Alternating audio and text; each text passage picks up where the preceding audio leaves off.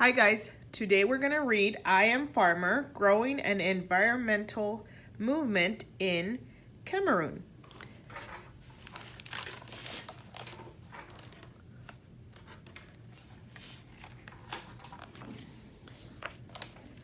I Am Farmer, Growing an Environmental Movement in Cameroon by Baptiste Paul and Miranda Paul, illustrated by Elizabeth Sunan. This is northwestern Cameroon, green, wet, alive. The rainy season has begun.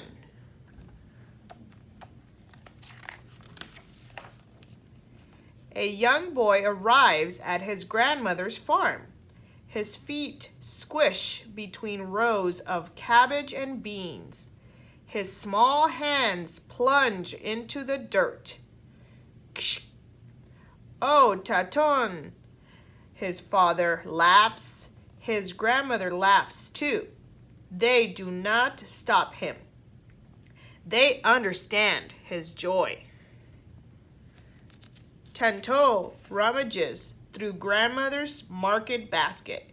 A sharp smell fills the air. Onions! He wonders if he can grow them by himself. He sneaks them under a banana tree.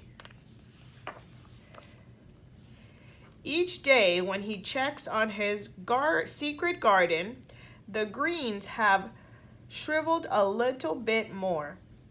Eventually, the bulbs dry up. Why don't they grow? Makou? He asks his grandmother. They need sunlight and earth, she says, and most importantly, water. She explains that nature has its own way of working.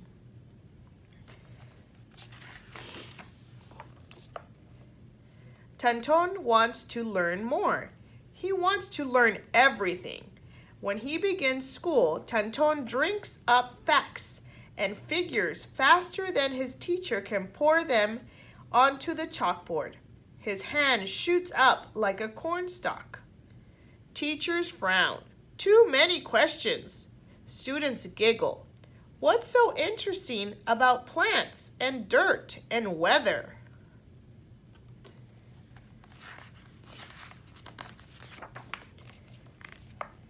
As a teenager, Tanton is still fascinated by nature.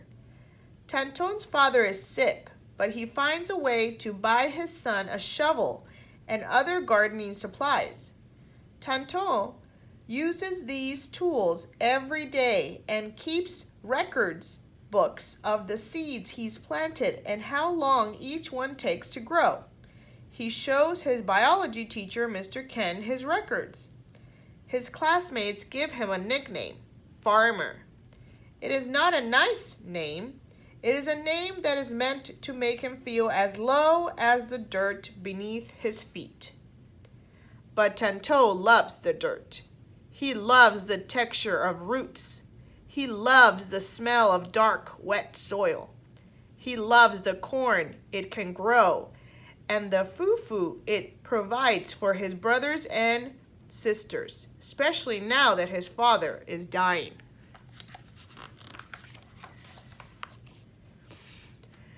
One morning, he makes himself a new school uniform. He puts big letters on the front.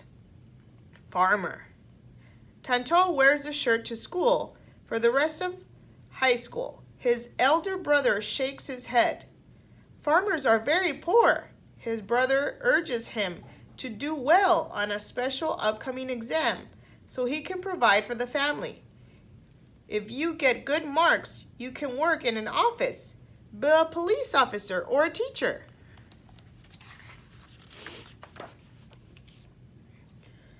On the day of his exams, Tanton considers his brother's advice. Their father has died, and his brother is now the head of the family. Tanton fills in the correct answers, the ones that will get him a good paying office job. Before he hands his exam in, he wipes dust off his desk, dust that reminds him how dry the land can be. His own mother and neighbors walk far to get clean water and struggle to grow enough food. He imagines himself away from them and stuck inside an office. He crosses out his answers and hands in his paper. He signs it F for farmer. His teacher returns it F for fail. His days at school are over, so the land in his village of Nakambe becomes his classroom. He spends his days and sometimes nights digging, planting, reading, asking. Even Mr. Ken, who lives nearby, can't answer all of Farmer Tanto's questions. As he works, Farmer Tanto meets others who share his love for the land and water. One of the people he meets recognizes how important his love of farming is and provides money to send him to college. Tanto will be able to study the environment and agriculture at a local school. Finally, his classmates and teachers will praise him for talking about the weather, learning about water, and playing with the soil. At college, Farmer Tanto is thirsty to learn everything he can. Although he soaks up plenty of facts and figures, clean water is still scarce. He contracts typhoid from drinking the local water. He is so sick, he worries he may not live long enough to graduate. For 7 years, medical doctors and local healers used their knowledge, medicines, and herbs to make Farmer Tanto feel better. During his recovery, he thinks a lot about his future and the future of his fellow Cameroonians. No one should die from drinking something that is necessary for life: water. After he is better, Farmer Tanto gets a chance to continue his studies in the United States. There, he finds about new ways to save the rain, find clean underground water, and grow gardens and crops without poisoning the soil and wells. Back in Cameroon, Farmer Tanto is eager to use what he has learned. People are still getting sick because they don't have clean water. And when the dry season comes, there is hunger and drought. How can he help his people? Resources are limited. Most villages don't have tractors, motorized tillers, or irrigation systems to bring water to fields.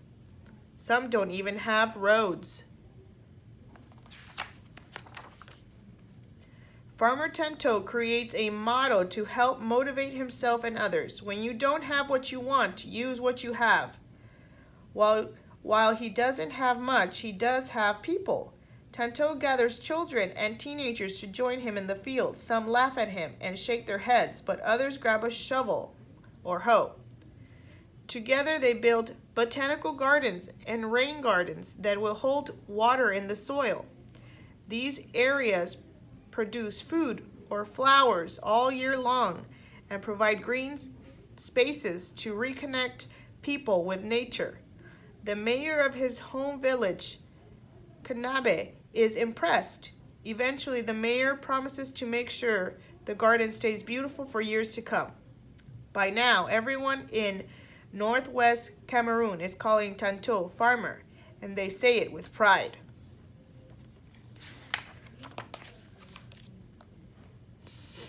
In the Fulani village of Akwito, Tanto learns that people are drinking from the same stream as their cattle. The water contains harmful bacteria, and many children are getting sick and dying.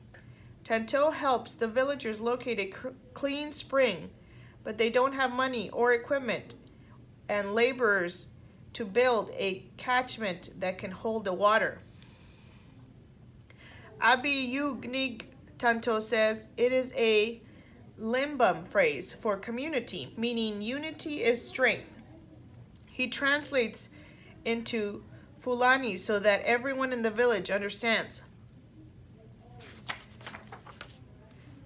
Young and old, everyone in Akwito pitches in to clear a path or carry stones. Together, They construct a catchment to capture the spring water. Before long, the entire village has crisp, clean water flowing year-round. 2 years later, a grandfather will tell Farmer Tanto that since drinking the new water, not one of his neighbors or grandchildren has gotten sick or complained of a stomachache.